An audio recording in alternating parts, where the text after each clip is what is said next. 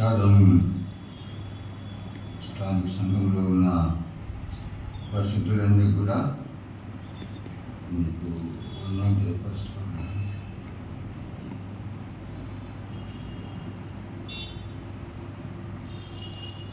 ఇబ్రిలకు రాసిన పత్రిక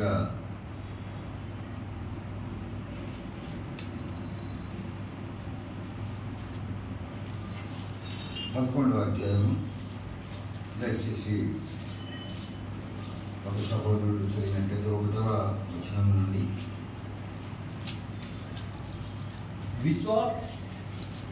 విశ్వాసం అన్నది నిరీక్షింపబడిన వాటి యొక్క నిజస్వరూపమును అదృశ్యమైనవి ఉన్నవరకును రుజువునై ఉన్నది. దానిని బట్టి పెద్దలు సాక్ష్యం పొందిరి. చాలండి, ప్రార్థన చేస్తాము.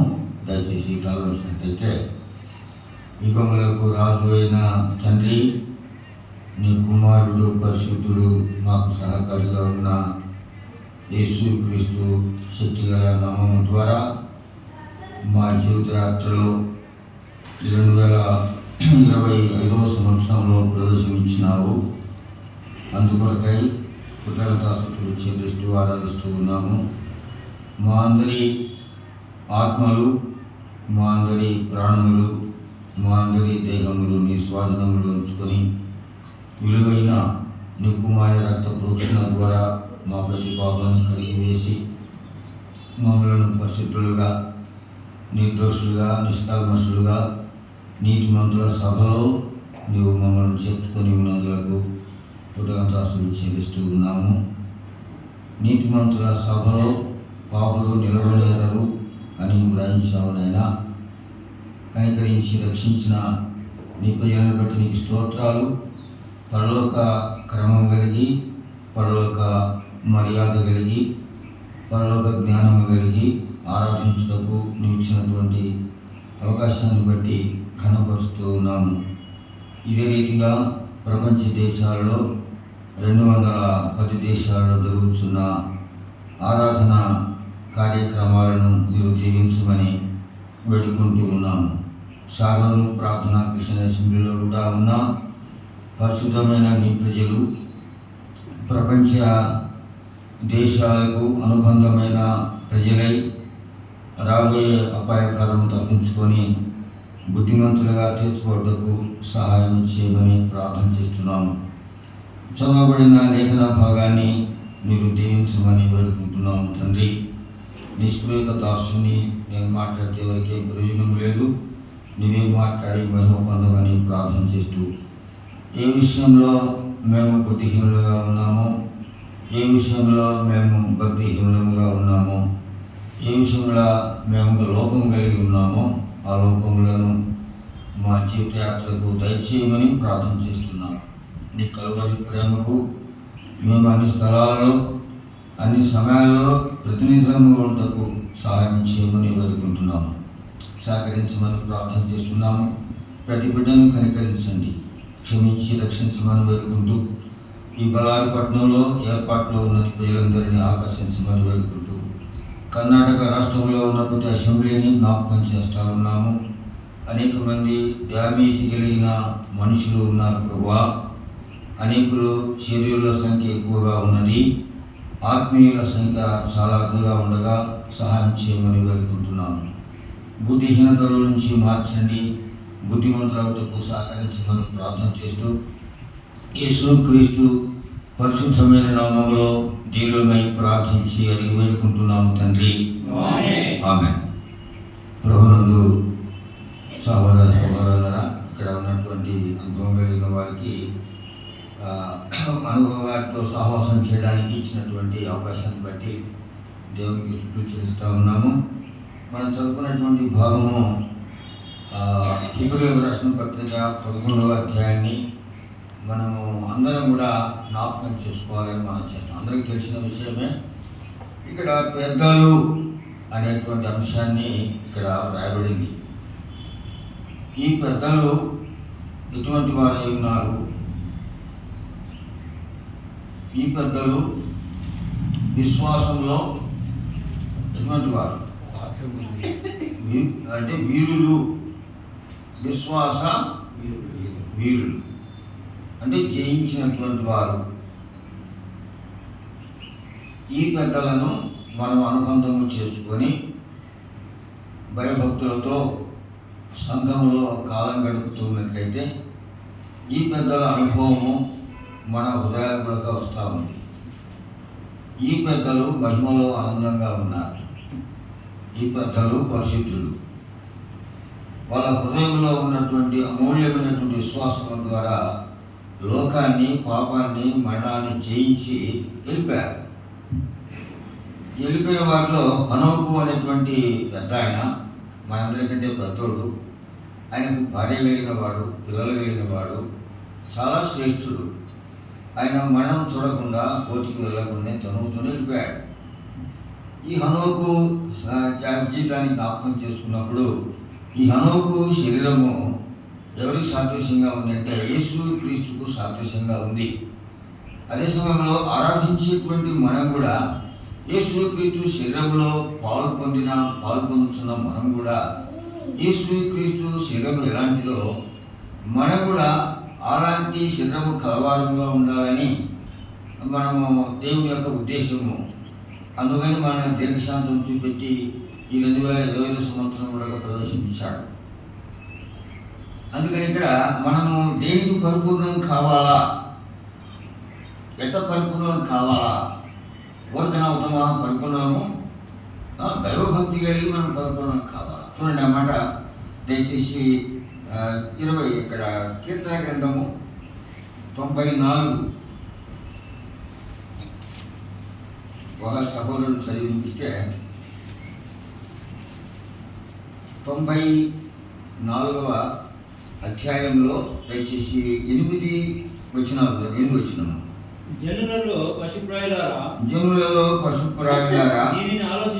దీనిని ఆలోచించుడి, బుద్ధిహీనులారా మీరెప్పుడు బుద్ధిమంతులవుదురు. చాలండి. ఈ భాగంలో అనుభవం కలిగినటువంటి పెద్దలు ఇక్కడ జనులలో పశుప్రాయులారా దీనిని ఆలోచించుడి. ప్రజలలో ఎక్కువ సంఖ్య ఎవరి మధ్య మనం ఉంటామంటే పశు స్వభావం కలిగిన వారి మధ్యలో మనము ఉంటా ఉన్నాం. పశు స్వభావం, పశు యొక్క జీవితం ఎలా ఉంటుందంటే ఈ జీవితం కాలం మట్టికి పశు యొక్క జీవితము సమసిపోతూ ఉంది. ఈ పశుప్రాయులు పశుత్వముల నుంచి యేసు క్రీస్తు శివ రక్తము ద్వారా మనం విమోచించబడిన వారముగా ఉండి మానవత్వంలోకి వచ్చాం. 3 తత్వాలు, 3 దశలు ఉన్నాయి సోదరులారా. ఆ మొట్టమొదటిగా భగవాన్ పుట్టుకలో మనం పశుప్రాయులు సర్పము ద్వారా పశుత్వము కనపడకూడదు. ఇక సంఘంలో రక్షించబడిన మనము, మార్పు పొందిన మనలో ఇక పశుత్వం అనేది కనపడకూడదు. తర్వాత పశుత్వముల నుంచి యేసు క్రీస్తు రక్తము ద్వారా మనం మానవత్వంలోకి వచ్చాము. ఇక మానవత్వం కూడా కొంతకాలం కనపడకుండా పోవాలి. మానవత్వం నుంచి దైవత్వంలోనికి జంపు చేయాలి. పశుత్వము, మానవత్వము, దైవత్వం. యేసు క్రీస్తు దైవత్వంలో ఆయన పుట్టుకలో మానవుడిగా పుట్టాడు, పరిశుద్ధుడిగా పుట్టాడు, నీతిమంతుడిగా పుట్టాడు, యథార్థవంతుడిగా పుట్టాడు. ఆయన మానవులను పశుప్రాయులను మానవులుగా చేసి సంపూర్ణమైన మానవులను దేవుని పోలికలో ఉండాలని, దేవుని స్వరూపంలోనికి మార్చబడాలనే ఉద్దేశంతో ఆయన నిన్ను ఉంచాడు. బుద్ధిహీనత అనేది ఎక్కడ కలుగుతుందంటే పుట్టుకలోనే ఆదాము ద్వారా వచ్చేసింది. ఎవరి ద్వారా వచ్చిందంటే పుట్టుకలో ఆదాము సంతతి ద్వారా ఆదాములో పశుత్వం కనపడతా ఉంది. మొదటి ఆదాములో పశుత్వం కనపడిన కారణాన్ని బట్టి ఆ పశుత్వంలో ఉన్న విశ్వాసఘాతకుడయ్యాడు. చూడండి అన్నమాట. దయచేసి హోషేయ గ్రంథంలో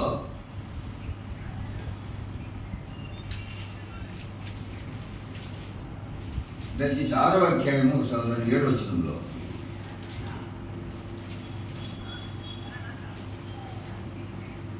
ఆదాము నిబంధన మీరినట్లు వారు నా యెడల విశ్వాసఘాతకుడై నా నిబంధనను మీరి ఉన్నారు. చాలండి. ఇక్కడ ఆదాము దేవుని యొక్క నిబంధనను మీరినాడు, పశుప్రాయుడయ్యాడు, దైవ స్వభావం దేవుని పోలికపోయింది. ఆదామును దేవుని మహాబలమైనటువంటి పరిశుద్ధమైన హస్తాలతో ఆదామును నిర్మించాడు. ఆదాముకు సాటైన సహాయకురాన్ని ఇచ్చాడు. వాళ్ళిద్దరిని చేసినది దేవుడే. మనం వాళ్ళిద్దరికి వివాహం చేసినది కూడా దేవుడే. ఏ హస్తాలతో చేసినాడో అదే హస్తాలతో వివాహం చేశాడు. అదే హస్తాలతో దేవుడు వెలగొట్టాడు. ఏదైనా తోటలో చెడిపోతుంది, వాళ్ళు అలాగనే ఉన్నట్లయితే ఏదైనా తోట చెడిపోతుంది. కాబట్టి ఏదైనా తోటలోంచి వెలగొట్టినట్టుగా మనం చూస్తూ ఉన్నాం. 3 కార్యాలు జరిగినాయి. చేసినది ఆయనే, వివాహం చేసినది ఆయనే, వెలగొట్టింది ఆయనే. ఇందువల్ల విశ్వాసఘాతకుడైన కారణం. ఈ ప్రపంచ దేశాల్లో కోట్ల సంఖ్యలో ఇప్పుడు ఈ కడవ దినాల్లో విశ్వాసం అని చెప్పుకునే వారు కూడా విశ్వాసఘాతకము కనపడతా ఉంది. డ్యామేజీ కనపడతా. విశ్వాసఘాతకుడు అంటే బ్లాక్ అవుట అనగా పశుత్వంలో నుంచి మార్చబడలేకపోతా ఉన్నారు. ఇక పశుత్వం అనేటువంటి ఆ స్వభావము, ఆ స్వర్గం యొక్క స్వభావము మనలో విషయం కనపడకూడదు. తర్వాత 3 దశలు: పశుత్వము, మానవత్వము, దైవత్వము. ఇక్కడ కనపడితే ఇక్కడ ఆదాము స్వభావం ఇక కనపడకుండా యేసుక్రీస్తు కడపడి ఆదాముగా ఈ లోకానికి వచ్చి దైవత్వంలోనికి మార్చడానికి కోసము ఆయన వచ్చాడు. అయితే ఇక్కడ కీర్తన గ్రంథంలో 94లో ఏముందంటే, జనులలో పశుప్రాయులారా దీన్ని ఆలోచించుడి, బుద్ధిహీనులారా మీరు ఎప్పుడు బుద్ధిమంతులవుదురు అంటున్నాడు. డిస్టెన్స్, బాల్యమంతా ఆటలు, యవనమంతా కామం, వృద్ధాప్యంలో రోగం. ఈ 3 దశలలో మానవునికి ఛాన్స్ ఇస్తూ ఉన్నాడు, అవకాశం ఇస్తున్నాడు. అంటే ఈ ఛాన్స్ అంటే అర్థం కాదేమో, అవకాశం. ఈ బుద్ధిహీనతలో నుంచి బుద్ధిమంతులు కావడానికి దేవుడు తటమిస్తూ ఉన్నాడు. ఒక చంద్రుని మనం చూసినప్పుడు 15 రోజులు సంపూర్ణంగా అవుతాడు, 15 రోజులకు సంపూర్ణంగా రౌండ్గా వచ్చేస్తాడు. మనం కూడా కొత్త నిబంధనలో యేసుక్రీస్తు రక్తంలో కడగబడినటువంటి మనం కూడా ఆత్మ ఏమై ఉండాలి, ఆత్మ పూర్ణంగా ఉండాలంటాడు. ఎడతెగక ప్రార్థన చేయమంటాడు కొత్త నిబంధనలో. రక్షణ పొందినటువంటి నీవు నేను కూడా ఆ అనుభవంతో ఉండాలని దేవుడు కోరుతున్నాడు. అది ఇక్కడ పెద్దలు అలానే ఉండి వారు ప్రార్థనా పరులై విశ్వాసము ద్వారా లోకాన్ని జయించి, పాపాన్ని జయించి ఆయన వారు మహిమకు వెళ్ళారు. వాళ్ళే పెద్దలు, టార్గెట్ వాళ్ళే పెద్దలు.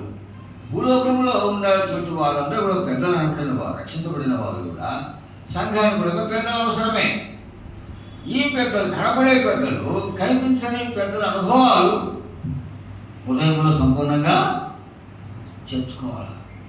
పెద్దలు ఎలాగో చేసినారు, హేబెలు ఏం చేసినాడు, హనోకు ఏం చేసినాడు, అబ్రహాం ఏం చేసినాడు, నోవహు ఏం చేసినాడు, ఇసాకు ఏం చేసినాడు, యాకోబు ఏం చేసినాడు, మోషే ఏం చేసినాడు.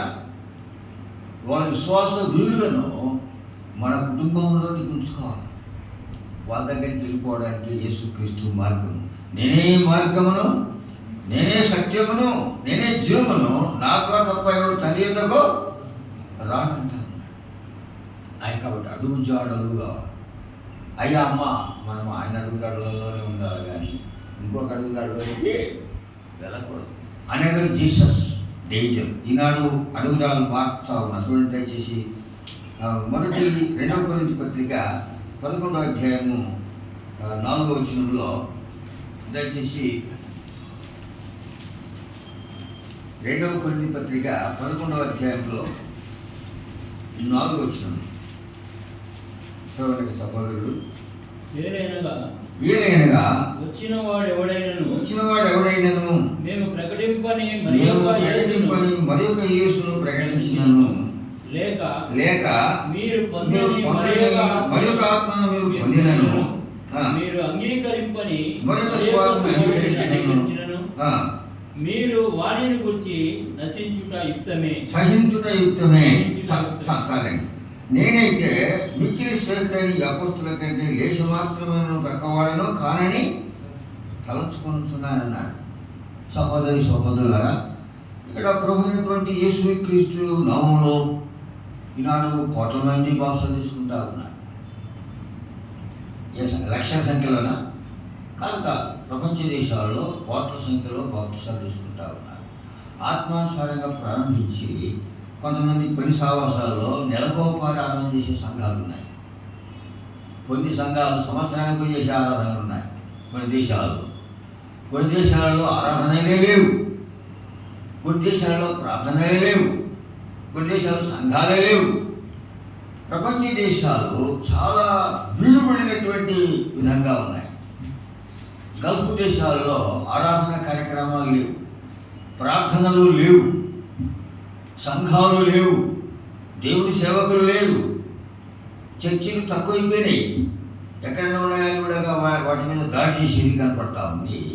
అయితే సోదరులారా, మనము దేవుని సంఘంలో ప్రార్థనా పరులంగా ఉండాలి. సంఘంలో దేవుడు కోరేది నీ మేడ నిద్రలు అడగడు, నీ డబ్బు అడగడు, నీ బంగారు అడగడు. ప్రార్థన. నా సన్నిధిలో ఎన్ని గంటలు చేశావు రోజు? 24 గంటల్లో ఎంతకాలం ప్రార్థన చేస్తున్నావు? ఎంత సమయం ప్రార్థన చేస్తున్నావు? అది దేవుడు ఎక్కడుంటాడు. ఆత్మపూర్ణులై ఉన్నప్పుడు మనము ప్రార్థన, వాళ్ళందరూ కూడా విశ్వాస వీరులు, ప్రార్థన. వాళ్ళేం కోట్లు సంపాదించలే, కోటీశ్వరులు కాలేదు. ఆ పెద్దలు అనబడిన వారు దేవుని పాదాలు పట్టుకొని ఏళ్ల తరబడి, సంవత్సరాల తరబడి ఆయన పాదం, దేవుని పాదం పట్టుకొని జయించి విశ్వాసము ద్వారా వాళ్ళు మహిమకు ఆహ్వానించబడినారు. నీవు నేను మహిమకు ఆహ్వానించబడాలంటే, నువ్వు నన్ను చేర్చుకోవాలంటే ప్రార్థనా జీవితాలు తక్కువగా ఉంటా ఉన్నాయి.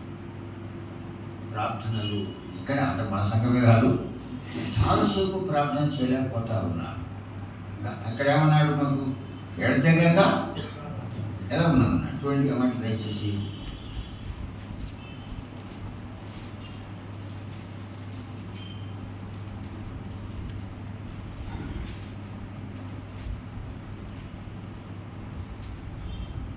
మొదటి తెస్సలోనిక పత్రిక 5వ అధ్యాయంలో 15 కింది భాగంలో ఉంది అన్నమాట. ఎడతెగక ప్రార్థన చేయుడి, ఎల్లప్పుడూ సంతోషముగా ఉండుడి, ఎడతెగక ప్రార్థన చేయుడి. ఎడతెగక ప్రార్థన చేయుడి అంటే ఈ ప్రార్థనకు అవధులు లేవు. ఒక గంట సేపు అని, అర్ధగంట సేపు అని, పావు గంట సేపు అని, 10 నిమిషాలని కాదు. ఇక్కడ ప్రార్థనకు అవధులు లేవు, ఇన్ని గంటలనే లేవు. దేవునితో సహవాసం చేయడానికి మనకు విశ్వాసము ద్వారానే మనం ప్రార్థన చేయగలుగుతాం. కానీ విశ్వాసం కుదరదు లేనప్పుడు మనము అన్నీ లెక్కేసుకుంటా ఉంటాం. ఇదిగో ఇన్ని గంటలు చేయాలా ప్రార్థన, ఇంత చేయాలా, అర్ధగంట చేయాలా అని ఆజ్ఞ కాదు. నీ కుటుంబంలో ఏకాంత ప్రార్థనలో దేవునితో సహవాసం చేయడం, ఏకాంత ప్రార్థన ప్రాముఖ్యము, సంఘ ప్రార్థన ప్రాముఖ్యము, తర్వాత కుటుంబ ప్రార్థన ప్రాముఖ్యం. 3 ప్రార్థనలో దేవునితో సహవాసము చేయడం మనకు ఆశీర్వాదకరం. అంత మాత్రం కాకుండా కృపా కాలాన్ని కోట్ల మంది బాప్తిసాలు తీసుకొని దుర్వినియోగం చేసేటువంటి వారు ఎక్కువ సంఖ్యలో కనబడతా ఉన్నారు. ఆనాడు నోహు కాలంలో కూడా డ్యామేజీ, శరీరుల సంఖ్య ఎక్కువగా ఉన్నది. తర్వాత బలత్కారుల సంఖ్య కూడా ఎక్కువైంది కదా. 3 గుంపుల వారు ప్రస్తుతనమాట. దయచేసి 6వ అధ్యాయం, అది ఆదికాండంలో ఎన్ని గుంపుల వారు ఉన్నారు అక్కడ? 3 గుంపుల వారు. 6వ అధ్యాయం కింది భాగంలో సన్నాక్షరాలు ఉందో చూడండి. నోబు అనగా పేరింగ్ రాసినాడు ఇక్కడ నెమ్మది. తర్వాత 2వది శరీరులు, 3వది బలత్కారం. నోబు కాలంలో ఈ 3 గుంపుల వారు నోహు కాలంలో ఉన్నట్టుగా ఉంది కాబట్టి ఈ కొత్త నిబంధనలు కూడా మనమేమి ఆశ్చర్యపోవాల్సిన అక్కర్లేదు, భయపడాల్సిన అక్కర్లేదు. విశ్వాసులు, ఆత్మీయులు, శరీరులు అయితే భయపడాలి కదా. ఎవరు భయపడాలి? శరీరాంశంగా ప్రవర్తించిన వారు భయపడాలి దేవుని. ఆత్మీయులు, దేవుని అనుబంధం కలిగినటువంటి వారు, రక్షించబడినటువంటి మనము భయపడాల్సిన అక్కర్లేదు. రక్షించబడిన వాళ్ళు, రక్షణ పొందిన వారికి తరుణం ఇస్తూ ఉన్నాడు సోదరులారా. ఇంకా అన్నీ చెప్పాలంటే సాధ్యం కాదు కాబట్టి కొంచెంసేపు 40 నిమిషాలే కాబట్టి, ఆత్మ పూర్ణులై ఉందంటే ఆత్మ స్వాధీనంలో దేహము ఉండాలి. ఆత్మ స్వాధీనంలో ఆత్మకు ముగింపు లేదు. ఆత్మ ఈ లోకానికి వెళ్ళిపోయిన తర్వాత మహిమలో చేర్చబడిన వారికి ముగింపు లేదు, పాదాలని పోయిన వారికి ముగింపు లేదు. యుగాయుగములు ఆత్మ అహోరాత్రులు అన్ని ఉండగాలి. యుగాయుగములు మహిమలో దేవుని రాజ్యములో అక్కడనే ఉండాలి, ఆనందంగా ఉండాలి. కాబట్టి ముగింపు లేదు, ఆత్మ ముసలితనం లేదు.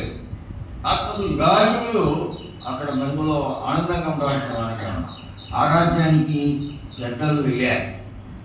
అందుకని మనం చేసినటువంటి ఫౌండేషను ఇక్కడ కొత్త నిబంధనలో పాత నిబంధనలు పునాదులు పాడైపోయిండగా నీతిమంతులు ఏం చేయగలరు? మనం నీతిమంతులంగా చేర్చబడిన తర్వాత మన మీద భారం పెట్టారు. మనం ఏం చేయాలా? పునాదులను బాగా బలపరచాలి. యేసు ప్రభు ఏం పునాదులు వేసినాడు, మనం కూడా ఆ పునాదులలో అడుగుదాడులో ఉండాలి. ఇంకొక అడుగుదాడులు కాదు సోదరులారా, ఈటింగ్ కాదు. ఈనాడు ఎక్కువగా కర్ణాటక రాష్ట్రం అయితేనేమి, ఆంధ్ర అయితేనే మీటింగు ఈటింగ్లో ఏం లేదు. మన రోజు తినేనమే కదా. వర్షిప్లో పవర్, ఆరాధనలో గొప్ప శక్తి, రొట్టెలో గొప్ప శక్తి, ఆరాధనలో గొప్ప బలం. ఇక్కడ కవర్లో ఏమి బలం లేదు, లివర్లో ఏమి బలం లేదు. దేంట్లో బలం? పవర్ అంటే ప్రార్థన, దేవుడితో సాహసం చేసే శక్తి మనం పొందాలి.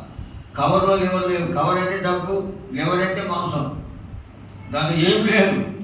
అందుకని యోహాను సువార్తలో ఏమని రాశాడో, యోహాను సువార్తలో దయచేసి అపార్థం చేసుకోకూడదు దేవుని లేఖనాన్ని. యోహాను సువార్త 6వ అధ్యాయం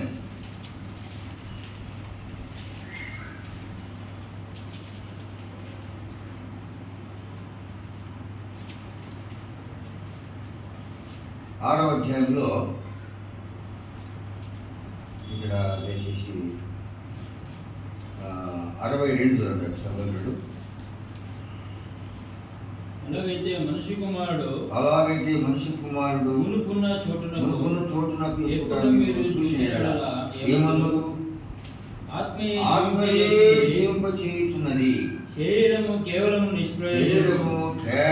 నిష్ప్రయోజనము. నేను మీతో చెప్పి ఉన్న మాటలు ఆత్మయు జీవమునయును కానీ మీలో విశ్వసించని వారు కొందరున్నారని వారితో చెప్పాను. అంటే ఇక్కడ విశ్వసించని వాడెవరో, తను అప్పగింపబోవాడెవడో మొదటి నుండి యేసునకు తెలియదు. అంటే ప్రతి స్థానిక సంఘంలో సహోదరులారా, సహోదరు విశ్వసించేవారు నమ్మకంగా ఉండేవారు ఉంటారు, నమ్మకం లేని వారు, విశ్వసించని వారు కూడా ఉంటారు. విశ్వసించని వారు డ్యామేజ్, వాళ్ళు శరీరానుసారమైన మనసు కలిగి వాళ్ళు గాయములు అన్ని ఉండడానికి కలిగిన వారు. మనది ఆత్మానుసారమైన మనసు, మనం ఆత్మీయులు కదా. గల్తీ పత్రికలో మీరు ఆత్మానుసారంగా ప్రారంభించి తర్వాత శరీరానుసారంగా పరిపూర్ణులు అవుదురా అంటారు. ప్రారంభం ఎలా చేసినారు? గల్తీ సంఘంలో ఆత్మానుసారంగా ప్రారంభించి ఆ ముగింపులో శరీరానుసారంగా ముగించినట్టు కనపడతాం. చూడండి దయచేసి కీర్తన గ్రంథంలో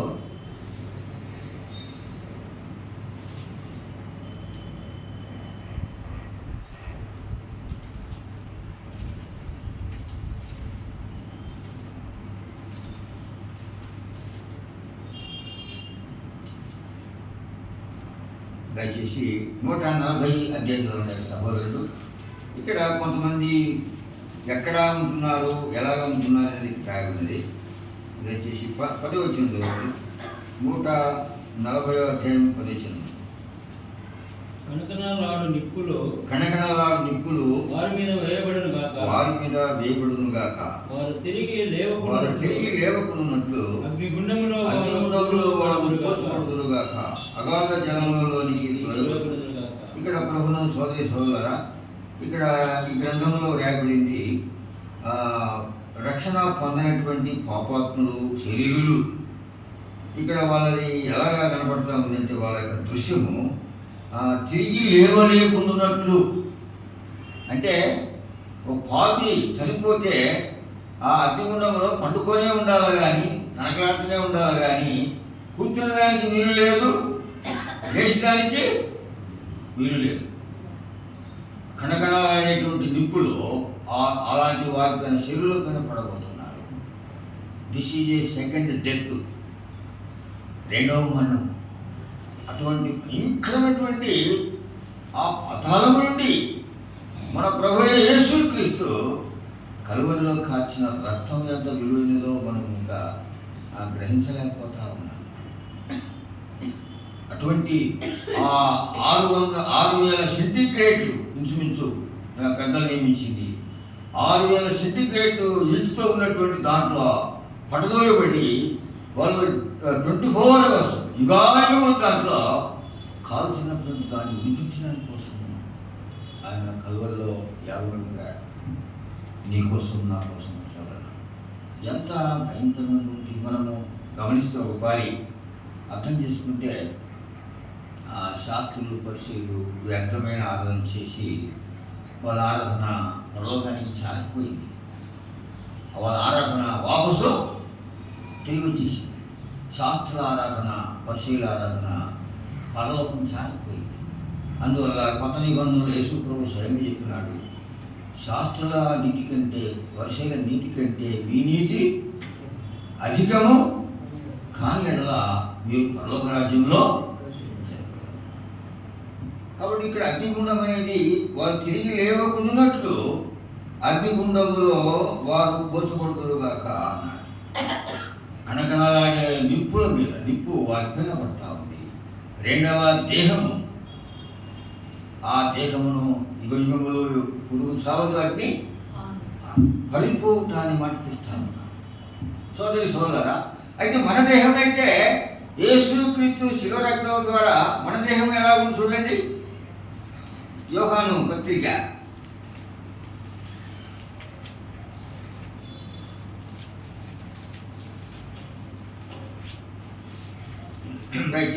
2వ అధ్యాయం సహోదరుడు, యోహాను రాసిన మొదటి పత్రిక 2వ అధ్యాయము 16వ వచనం. లోకములో ఉన్నదంతయు అనగా శరీరాశయు, నేత్రాశయు, జీవపడంబమును తండ్రి వలన పుట్టినది కావు. అవి లోక సంబంధమైనవే. లోకమును దాని ఆశయు గతించిపోతున్నది కానీ దేవుని చిత్తమును ధరించువాడు నిరంతరమును నిలుచును. దేవుని చిత్తాన్ని మనం చేసేటువంటి ఆరాధన, మనం సమర్పించుకున్న సమర్పణ ఆయన చిత్తానికి ధైర్యంగా చేసినట్టయితే ఉన్నట్లయితే వాళ్ళు ఎల్లప్పుడూ నిలిచేవారుగా ఉన్నారు. మహిమలో వాళ్ళు పడిపోయడానికి వీలు లేదు. అట్టి మహిమకు పెద్దలే వాళ్ళు నిలబడే ఉన్నారు. కూర్చోవడము, నిలబడడం. దేవుని రాజ్యం ముందు కూర్చుందని అన్నాడు ఇక్కడ లూకాసు వార్తలో. అబ్రహాము, ఇస్సాకు, యాకోబు సకల ప్రవక్తలు దేవుని రాజ్యమందు కూర్చోబెట్టుకుంటా అన్నాడు. దేవుని చిత్తం జరిగించినటువంటి వారు మనకు పెద్దలు అబ్రహాము, ఇస్సాకు, యాకోబు సకల ప్రవక్తలు, అపొస్తలులు అనుబంధమైనటువంటి వారుగా ఉన్నారు సంఘానికి. మనం వాళ్ళని చూసి వెళ్ళిపోయి చూసి కాదు, వాళ్ళని చూసి నేర్చుకోకూడదు. పక్కన అనేక సావాసాలు ఉన్నాయి, డ్యామేజ్ కలిగిన సంఘాలు ఎక్కువగా ఉన్నాయి. అనేక జీసస్, మరొక యేసును అనుసరించే వాళ్ళు చాలామంది ఉన్నారు. వాళ్ళే దొంగ అపొస్తలులు, మోసగాండ్రకు పనివారు. దొంగ అపొస్తలులు, మోసగాండ్రకు పనివారని another Jesus, another spirit, another gospel, another way. ఇంకొక మార్గం మనకొద్దు. యేసు క్రీస్తు అడుగు జాడలే మనకు ప్రాముఖ్యం. ఇప్పుడు మన అడుగుదారులు ఏంటివి? ఈరోజు ఆదివారం ఒక అడుగు పెట్టాము. వచ్చే ఆదివారం మేము ఇంకా పెట్టేస్తాము, కుడికాలు వేస్తాము. అడుగు జాడులు, యేసుక్రీస్తు అడుగు జాడులు ఇవే. వర్షిప్ క్రమంగా ఒక్క ఆదివారం తప్పకుండా పొలం కావచ్చు, వ్యవసాయం కావచ్చు, వ్యాపారం కావచ్చు, ఒక్క ఆదివారం ఆదరణ కాదు, మనం తప్పకూడదు. ఇది ఎగబోగు తెలియపరిచాడు. ఆ మిషన్ మీద నుంచి ఎక్కుతూ దిగుతూ మెట్ల నుంచి దిగుతూ ఉన్నారు. మన ఆరాధన కూడా ఆదివారం రోజు పరలోక రాజ్యంలో ఆరాధన చేస్తాం. సూర్యుని కింద కాదు మనం చేసే ఆరాధన, సూర్యుని కింద కాదు, నక్షత్రాల కింద కాదు, ఆకాశం కింద కాదు. విమోచించాడు. యేసుక్రీస్తు రక్తము ద్వారా విమోచించి పరలోక రాజ్యంలో కూర్చుండబెట్టాడు. ఆత్మీయంగా అక్కడ కూర్చుండబెట్టుకున్నాడు. కాబట్టి మనం అక్కడ ఆరాధన చేస్తూ ఉన్నాం. ఆ ఆరాధనలో ఏమున్నది అది గమనించాలి. ఆ ఆరాధన చిన్న ఆరాధన, మామూలుగా కలబుల్లి ఆరాధన కాదు.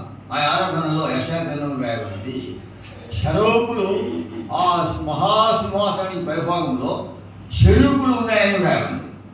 చెరుకులు అంటే మహా దూతలు అనే చిన్న అక్షరాలు ఉన్నాయి. మహాదూతలు అంటే ఆ దూతకు 6 రెక్కలు కలిగి ఉన్నాయి. అది పరిశుద్ధుడు పరిశుద్ధుడు పరిశుద్ధుడు పరిశుద్ధుడని మానక దివారాత్రములు కీర్తిస్తూ ఉన్నట్టు కనపడతారు. అది ఆ శరాపుల యొక్క పరిమాణాన్ని కూడా మనకు పరిశుద్ధాత్మ ద్వారా తెలియపరుస్తాడు. శరూపుల యొక్క పరిమాణము చిన్న శరూపులుగా, చాలా విశాలమైన శరూపులు. పరిశుద్ధుడు పరిశుద్ధుడని మానక దివారాత్రములకు పొగడబడుతూ ఉన్నాడు.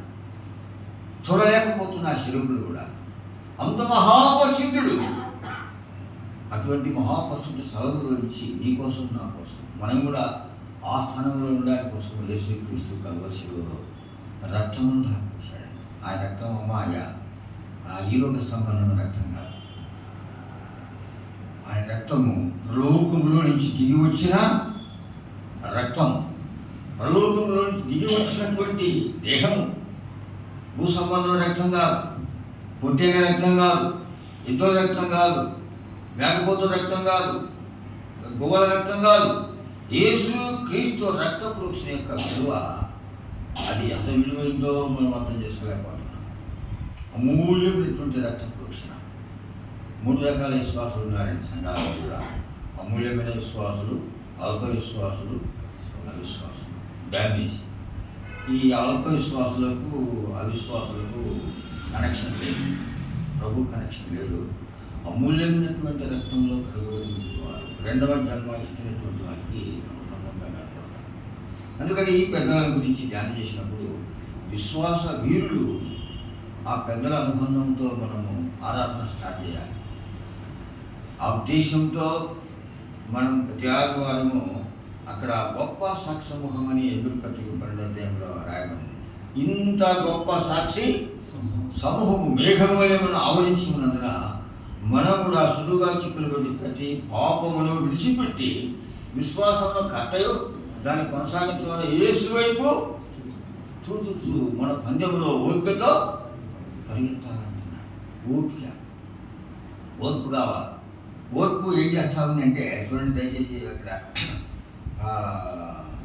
ప్రసంగి గ్రంథంలో ఓర్పు ఏం చేస్తూ ఉంది గమనిస్తే,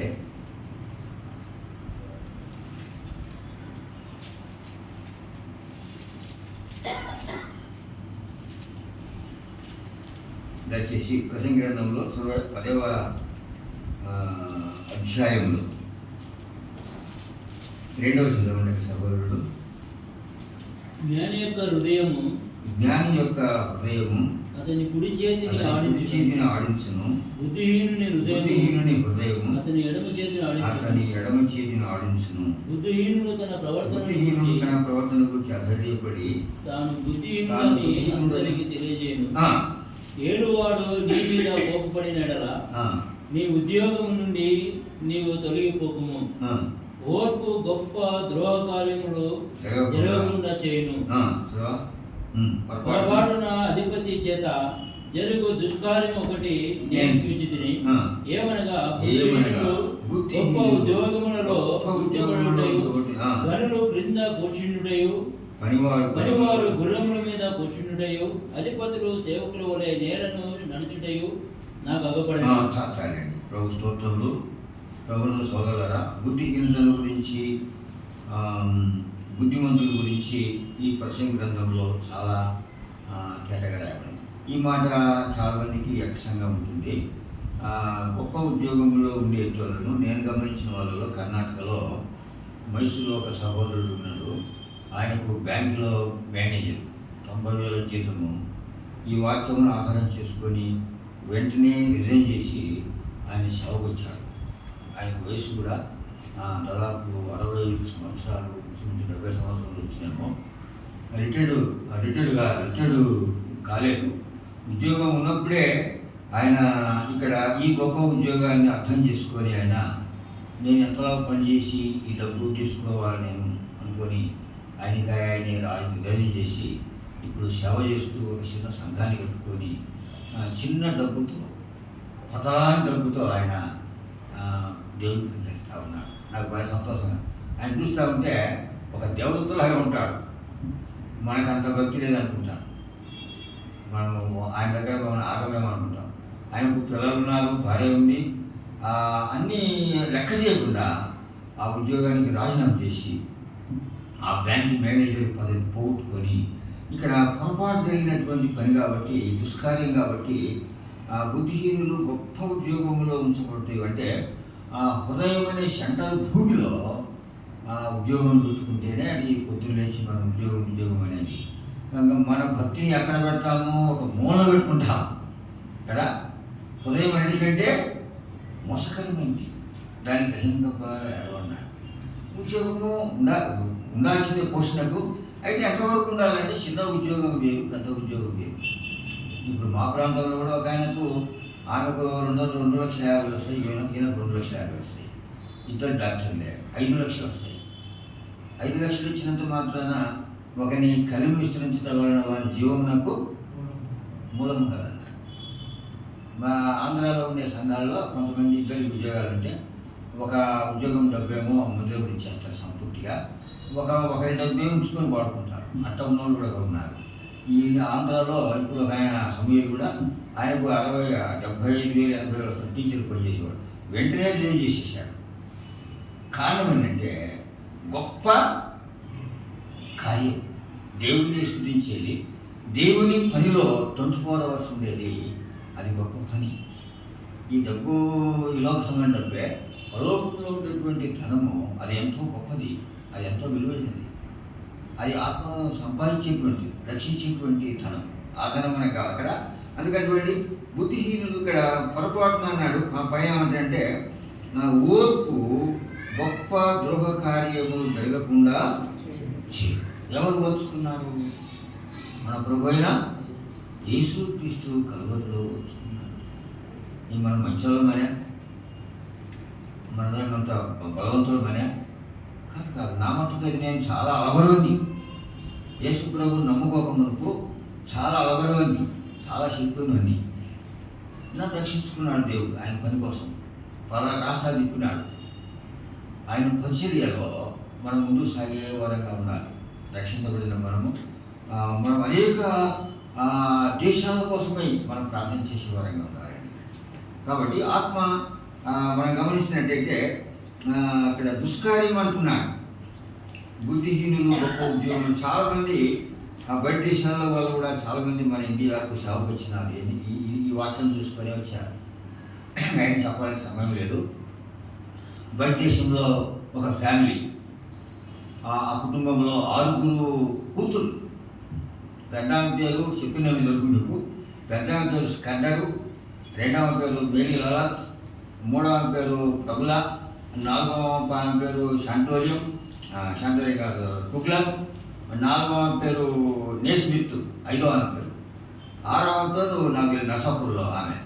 ఈ 6 సిస్టర్స్ తల్లిదండ్రులు వృద్ధాప్యంలో ఉన్నప్పుడు వాళ్ళ ఆస్తులను అమ్ముకొని అమ్మేసరికి ఒక్కొక్క సిస్టర్కు ఒక్కొక్క డాలరు గాజా డాలర్ వచ్చినాయంట.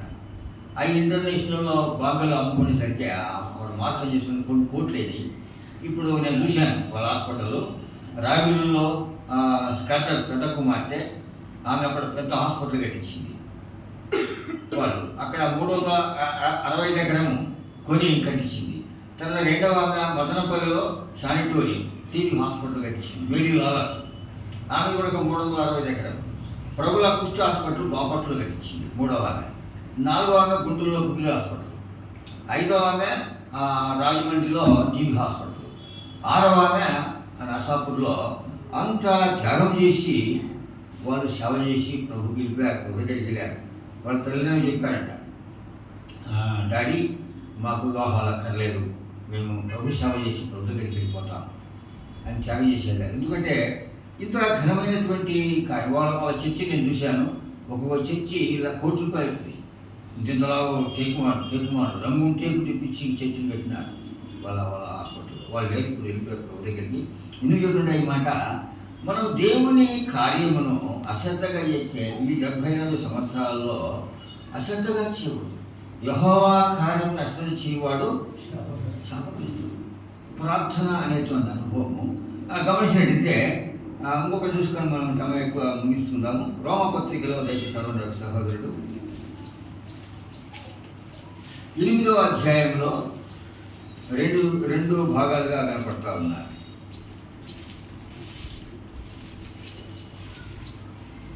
చదవండి. 8వ అధ్యాయంలో 3వ వచనం సహోదరుడు. 10 చదవండి, 1 చదవండి. కాబట్టి ఇప్పుడు క్రీస్తు యేసునందున్న వారికి ఏ శిక్షా విధి లేదు. క్రీస్తు యేసునందు జీవమునిచ్చు ఆత్మ యొక్క నియమము పాప మరణముల నియమము నుండి నన్ను విడిపించెను. అనగా ధర్మశాస్త్రము దేనిని చేయజాలకపోయినో దానిని దేవుడు చేసెను. శరీరమును అనుసరింపక ఆత్మను అనుసరించియే నడుచుకును మన యందు ధర్మశాస్త్ర సంబంధమైన నీతి విధి నెరవేర్చబడవలనని పాప పరిహారము నిమిత్తము దేవుడు తన సొంత కుమారుని పాప శరీరాకారముతో పంపి ఆయన శరీరమందు పాపమునకు శిక్ష విధించెను. శరీరానుసారులు శరీర విషయముల మీద మనసుంతురు, ఆత్మానుసారులు ఆత్మ విషయముల మీద మనసుంతురు.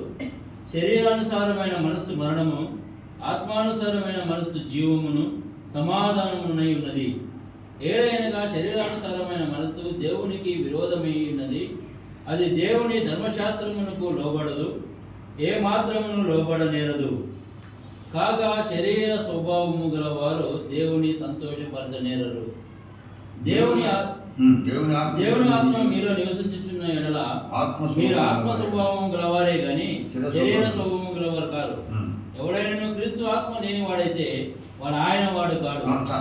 ప్రభు స్తోత్రములు. ప్రభునందు సహోదరి సహోదరులారా, ఇక్కడ కూడా మనకు కొత్త నిబంధనలో, పాత నిబంధనలో నోహు కాలంలో ఎలా ఉన్న శరీరులు, బలాత్కారులు, ఆత్మీయులు ఉన్నారో ప్రపంచ దేశాల్లో 210 దేశాలు అంతట్లో కూడా నోహు కుటుంబము హిస్టారికల్ ఫ్యామిలీ.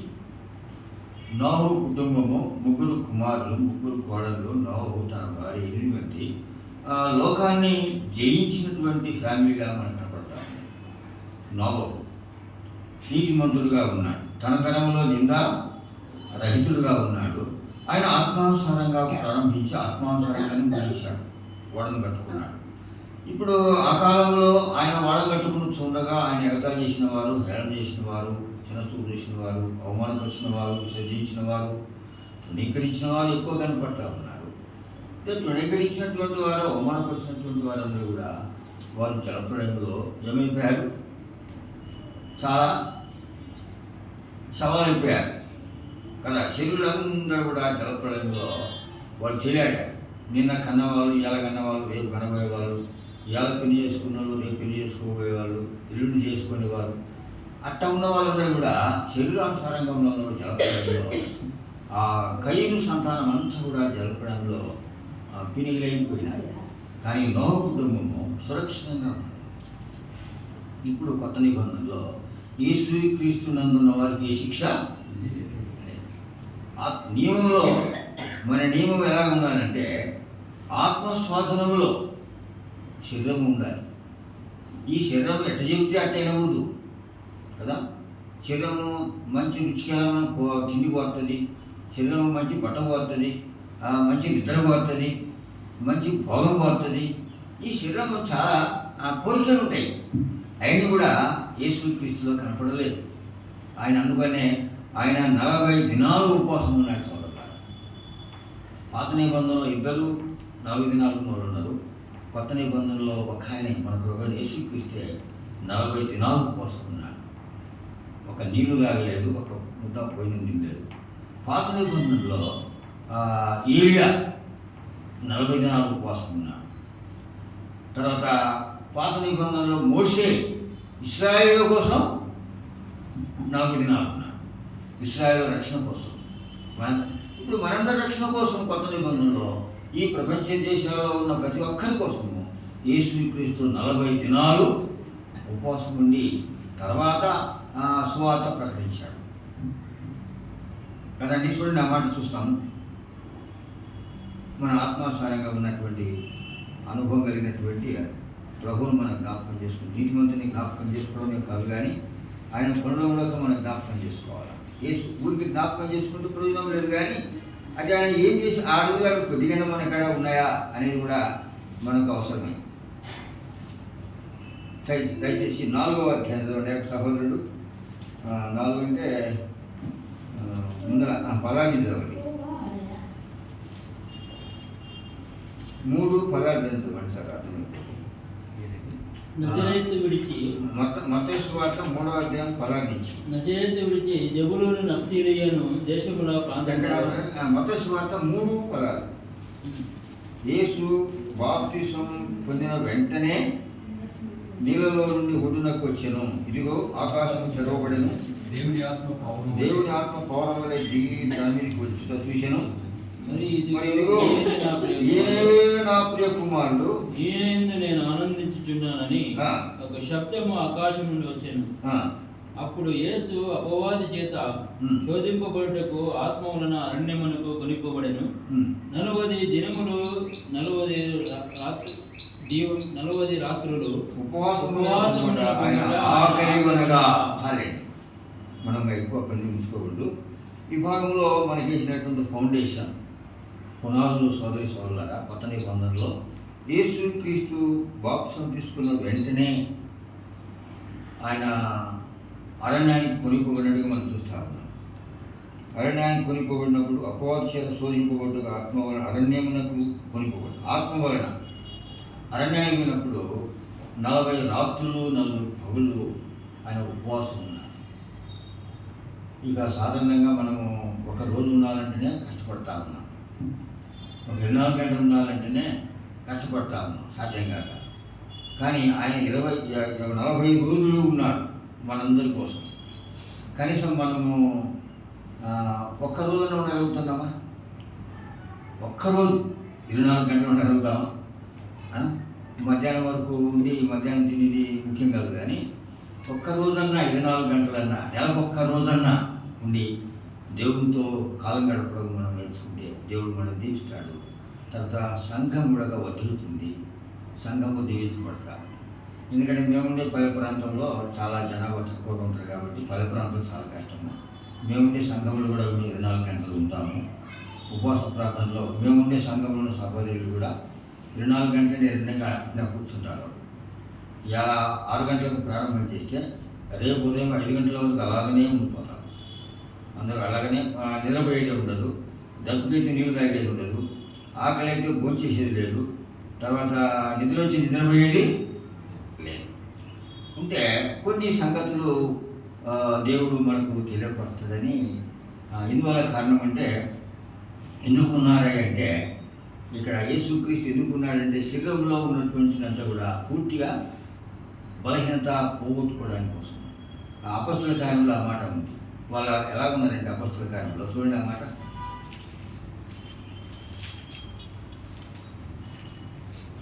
అపొస్తలుల కార్యంలో ఆఖరి అధ్యాయము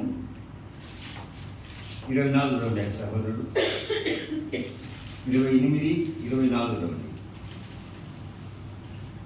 అతడు చెప్పిన సంగతి సంగతులు ఆ. కొందరు నమ్మిరి, కొందరు నమ్మిరి, కొందరు నమ్మకపోయిరి. కొందరు నమ్మకపోయిరి. వారిలో భేదాభిప్రాయములు వారిలో భేదాభిప్రాయములు కలిగినందున పౌలు వారితో ఒక పౌలు మాట వారితో చెప్పెను. ఒక మాట చెప్పిన తర్వాత వారు వెళ్ళిపోయి ఏమనగా, మీరు వినటం మట్టుకు విందురు మీరు గాని ఇంత మట్టుకు ఇందులు గాని గ్రహింపనే గ్రహింపరు, చూచుట మట్టుకు చూతురు గాని చూసిన మట్టుకు చూతురు గాని కానని ఈ ప్రజల యొద్దకు వెళ్ళి చెప్పుము.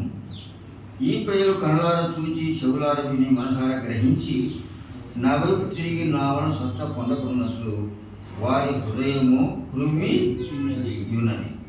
వారి చెవులతో మందముగా విని కన్నులు మూసుకొని ఉన్నారు అని పరిశుద్ధాత్మ యెషయా ప్రవక్త ద్వారా మీ పితరులతో చెప్పిన మాట సరి. కాబట్టి దేవుని వలన అయిన ఈ రక్షణ అన్ని జనుల యొద్దకు పంపబడి ఉన్నదని మీరు తెలుసుకుందురుగాక. వారు దాన్ని విందురు. ఇక్కడ ఏమైందంటే హృదయం సోదరులారా, నేను యేసు ప్రభువును నమ్ముకోక మునుపు ఒక దృశ్యాన్ని చూశాను. మా ఏరియాలో హాస్టల్ ఉన్నది, కమలాపురంలో హాస్టల్ ఉన్నది. ఆ హాస్టల్లో ఒక ఆయన ఉద్యోగం చేసేవాడు, అందరికీ అన్నం వండి పెట్టేది. అతనికి ప్రమోషన్ ఇవ్వలేదని, ఎంతకాలం చూసినా ప్రమోషన్ ఇవ్వలేదని తెల్లవారుజామున 5 గంటలకు 6 గంటలకు వెళ్ళి ఆ రైలు కింద తలకాయ పెట్టాడు. రైలు కింద తలకాయ పెట్టి మొండెమంతా నడిదాలు పన్నది. ఆ కాళ్ళు మోకాళ్ళ కాడికి తీపిని అట్టు వచ్చేసినాయి. అందరూ కూడా గుంపులు వెళ్ళారు. నేను కూడా చూడండి వెళ్ళాను. చూసరికి ఆ కొవ్వు కణాన్ని చూశాను. ఎలా ఉంటుందంటే మానవుని కొవ్వు మా పసుపచ్చగా ఉంటుంది. కోడి కొవ్వు ఎట్లా ఉంటుందో అలాగే పచ్చగా కణలు వెళ్ళిపోయింది అక్కడ. ఎందుకంటే మానవుని యొక్క హృదయంలో ఉన్నటువంటి కొవ్వు కూడా అలాగా ఉన్నప్పుడు గ్రహించలేని వారుగా ఉన్నారు. కొవ్వు అనేది చాలా డేంజర్. మానవునికి కొవ్వు పెంచుకోవడము, శరీరాన్ని పెంచుకోవడము, ఆత్మస్వాధీనంలో శరీరాన్ని ఉంచుకోకపోవడం కూడా ఒక ప్రమాదకరమైన విషయం. అనేకమైనటువంటి గూఢమైన సంగతులన్నీ మనకు తెలియపరచాలని అనేక ఉద్దేశం. బుద్ధిహీనతల నుంచి బుద్ధిమంతులుగా కావడానికి కోసం ఆయన దీర్ఘశాంతం చూపుతూ ఉన్నాడు. మంచి ఆహారం ఇస్తున్నాడు, మంచి నీళ్ళు ఇస్తున్నాడు, మంచి ఆరోగ్యం ఇస్తున్నాడు, మంచి సాహసం ఇస్తున్నాడు, పరిశుద్ధాత్మతో నింపుతూ ఉన్నాడు, జ్ఞానపు శక్తి ఇస్తున్నాడు, బ్రెయిన్ కండిషన్గా కూర్చుతూ ఉన్నాడు. కానీ బ్రెయిన్ కండిషన్ పోగొట్టుకునే అవకాశాలు కూడా ఉన్నాయి. కాబట్టి ఇక్కడ ఊరిగా వినడానికి వింటున్నాడు కానీ అండర్స్టాండ్ లేదు, అనగా గ్రహింపు అనేది లేదు. ఆయన ప్రత్యక్షత అర్థం చేసుకునే స్థితిలో ఉంటున్నాయి. కాబట్టి ఫాస్టింగ్ ప్రేయర్ కూడా సంఘంలో ఒకవేళ చాలామంది కష్టంగా ఉండవచ్చు. కష్టంలోనే గొప్ప మేలు ఉంటుంది. నా మటుకైతే నాకు అలవాటు దేవుడు చేసి 20 ఏళ్ళ నుంచి 24 గంటల నుండి దేవుడు నేర్పాడు. నేను ఇక్కడ కర్ణాటక రాష్ట్రానికి వచ్చినప్పుడు 5 సార్లు ఫాస్టింగ్ ప్రేయర్ రాష్ట్రం కోసం ఉన్నాను. నేను డబ్బు కోసము, తిండి కోసము, లేక సంపాదన కాదు, కానీ ఆత్మరక్షణ కోసం ప్రభు 40 దినాలు కోసం ఉన్నాను. ఆత్మ రక్షించబడాలి, నా ప్రజలు నశించకూడదు, నా ప్రజలు నరకానికి వెళ్ళకూడదు అనేటువంటి ఆలోచనతో ఆయన 40 దినాలు ఉన్నాడు. ఆయన చెప్పాలనుకుంటే అన్నీ సాధ్యంగా సమయం లేదు. ఆయన మన వల్ల మన ఇల్లు విడిచిపెట్టి బాగా మంచి చలికాలంలో మన గృహాన్ని వదిలిపెట్టి ఎక్కడికైనా వెళ్ళి ఒక వారం ఉండగలుగుతావా? మంచి వేసవికాలంలో మే నెలలో నీ గృహాన్ని విడిచిపెట్టి, మన ఇల్లు విడిచిపెట్టి ఎక్కడికైనా వెళ్ళి ఉండగలుగుతామా? కానీ ప్రభు 33 సంవత్సరం పరలోకమందున్న తండ్రి పని మీద ఆయన వారసభ్యుడ స్థలం లేదు, తల వారసభ్యుడు స్థలం లేదు. నక్కలకు గొర్రెలు ఉన్నాయి కానీ, ఆకాశ పక్షులకు గుళ్ళు ఉన్నాయి కానీ, మనిషి కుమారుడు తలవాసమైన స్థానము సోదరు ఆఖరకు ఆయన ఎక్కడ తలవాల్చాడు? కలువరి శిలువలో తలవాల్చాడు. ఇంత ప్రయాసపడినటువంటి ప్రభువుకు మనం ఏమి చెల్లించి రుణం తీర్చగలుగుతాం? విశ్వాసఘాతుకం. ఈ దినాల్లో కూడా సంఘాలు చాలా మంది విశ్వాసం. ఇదేంటి అంటే నువ్వెవరు చెప్పడానికి అంటాడు. ఏమైనా ఆ పక్క వేసుకొని వందనాలు పెడుతున్నావు అంటే నువ్వు చెప్పాల్సిన పనిలే, నాకు దేవుడు చూపిస్తాడు. ఏమే ఆ పక్క వేసుకొని చూపిస్తావంట, వందనాలు పెడతావు ఏంటంటే నువ్వు చెప్పాల్సిన పనిలేమ్మా అంటే మానవుడు ప్రశ్నపోతాడు. దిద్దుకోవాలని లేదు, బుద్ధిమంతునిగా కావాలని లేదు, బుద్ధి కలిగిన సంఘముగా ఉండాలని లేదు, బుద్ధి లేని సంఘాలుగానే ఉండాలనుకుంటున్నారు. కానీ సోదరు అలాగే తమ్మా సోదరుడు, నువ్వు శరీరానుసారంగా ప్రవర్తిస్తున్నావా? మారు మనసు పొందు. ఈ మధ్యాహ్న కాలంలో కానీ మారు మనసు పొందకపోతే మారు మనసు ఇంకేం దెబ్బ ఇంతకాలం సాధన చేసి దేవుడు మారు మనసు పొందమంటే మనకు ఆధారం బైబిల్లో ఉంది. ఎక్కడ ఉంది? ప్రకటన గ్రంథంలో 7 సంఘాలకు మారు మనసు పొందమంటా ఉన్నారు. అంటే ఇట్ట ఉన్న మనసు ఇట్ట తిప్పుకోవడం కాదు, పూర్తిగా ఇక్కడ ఉన్నటువంటి ముఖము ఎడికి తిప్పి ఆవులకు తిరిగి అబౌఠన్ అంటారు. మారు మనసు పొంది దేవుని తట్టు తిరిగి మారు మనసు తగిన క్రియలు చేయాలంటున్నాడు. పౌలు ఉపవాసం ఉన్నాడు కొత్త నిబంధనలో, పాత నిబంధనలో 50 గ్రంథంలో ఉపవాసం ఉన్నారు. ఇక ఆయన చెప్పడానికి సమయం లేదు కాబట్టి, ఎందుకంటే ఇది పెద్దలలో జరగవలసిన కార్యము, పరిశుద్ధాత్మ ద్వారా దేవుని సంతోషపెట్టే కార్యములు సంఘంలోనే లేదా ఆత్మీయుల పెద్దలు. కాబట్టి సోదరులారా, గమనించినట్టయితే రోమపత్రికలో శరీరానుసారమైన మనసు మరణము, ఆత్మానుసారమైన మనసు జీవము, సమాధానం హృదయంలో మనకు కావాల్సింది గొప్ప విస్తారమైన సమాధానం మనకు కావాలి. ఇక్కడ ఆరాధన చేసిన వాళ్ళే ఈ 8వ అధ్యాయంలో వర్షిప్ చేసేవారు, ఆరాధించేవారే వాళ్ళే శరీరానుసారులు.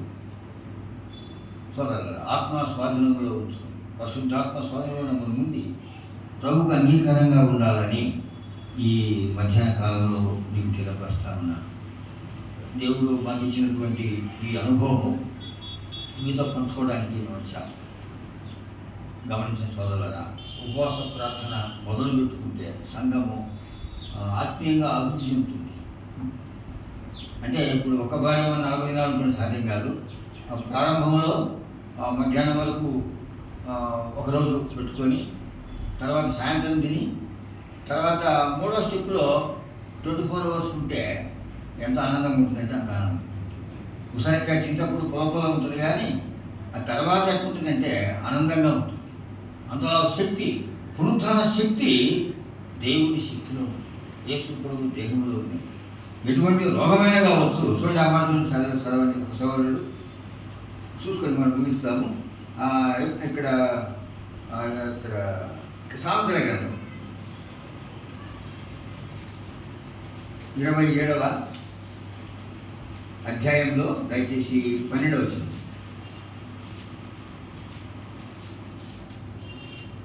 సామెతల గ్రంథం 27వ అధ్యాయం 12వ వచనం. బుద్ధిమంతుడు అపాయం వచ్చుట చూచి దాగును, జ్ఞానం లేని వారు ఆపదలో పడుదు. ఇది ప్రభు ప్రత్యక్షతకు గుర్తు కనపడతారు. బుద్ధిమంతుడు అంటే బుద్ధి కలిగిన సంఘము, బుద్ధి లేని సంఘం కాదు. ఈ బుద్ధిమంతుడు అపాయముతో చూచి దాగును, జ్ఞానం లేని వాడు అంటే బుద్ధి లేని వాడు యోచింపగా ఆపదలో పడు.